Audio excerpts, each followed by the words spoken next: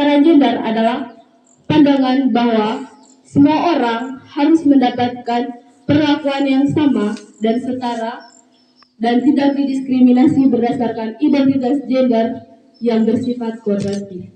Jadi, kesetaraan gender ini merujuk pada suatu keadaan setara antara laki-laki dan perempuan.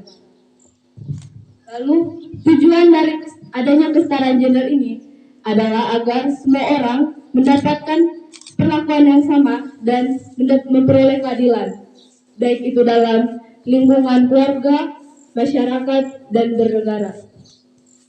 Lalu, bagaimana dengan permasalahan yang menyimpang dari kesetaraan gender? Atau kita sebut saja dengan ketidaksetaraan gender. Ketidaksetaraan gender ini banyak terjadi pada perempuan. Ketidaksetaraan gender ini menjadi salah satu dari sekian banyaknya masalah yang terjadi, dan ini adalah masalah yang serius. Namun, dalam bidang pendidikan, ketidaksetaraan gender ini sudah mulai berkurang dibandingkan dulu. Contohnya sekarang itu perempuan sudah bisa bersekolah dan bisa menggapai cita-cita yang diinginkan. Tentu saja ini tidak luput dari siapa yang telah memperjuangkan atau siapa tokoh yang telah memperjuangkan kesetaraan gender atau kodrat wanita, yaitu Raden Ajeng Kartini. Akan tetapi, walaupun dalam bidang pendidikan ketidaksetaraan gender ini sudah mulai berkurang,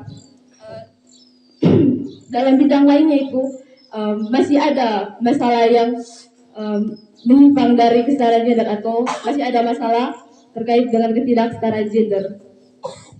Ini dikarenakan banyaknya indikator yang menunjukkan bahwa perempuan itu banyak tertinggal dibandingkan laki-laki, baik itu dalam memperoleh peluang, kesempatan, atau memperoleh hasil-hasil pembangunan.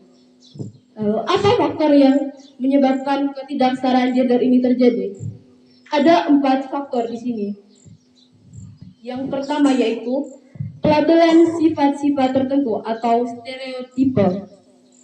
Perempuan cenderung mendapatkan stereotipe yang merendahkan, seperti contohnya perempuan itu makhluk yang lemah, emosional, cengeng, dan tidak tahan banting. Faktor yang kedua yaitu perlakuan menomorduakan perempuan. Biasanya itu dalam suatu masyarakat yang pantas dan berhak menjadi pemimpin hanya laki-laki, sedangkan perempuan mereka hanya bisa memimpin sama kaumnya saja atau sama perempuan. Yang ketiga yaitu budaya patriarki yang berkembang di masyarakat. Budaya patriarki menganggap bahwa kaum laki-laki secara kodrati memiliki superioritas atas kaum perempuan, baik itu dalam lingkungan keluarga ataupun lingkungan bermasyarakat.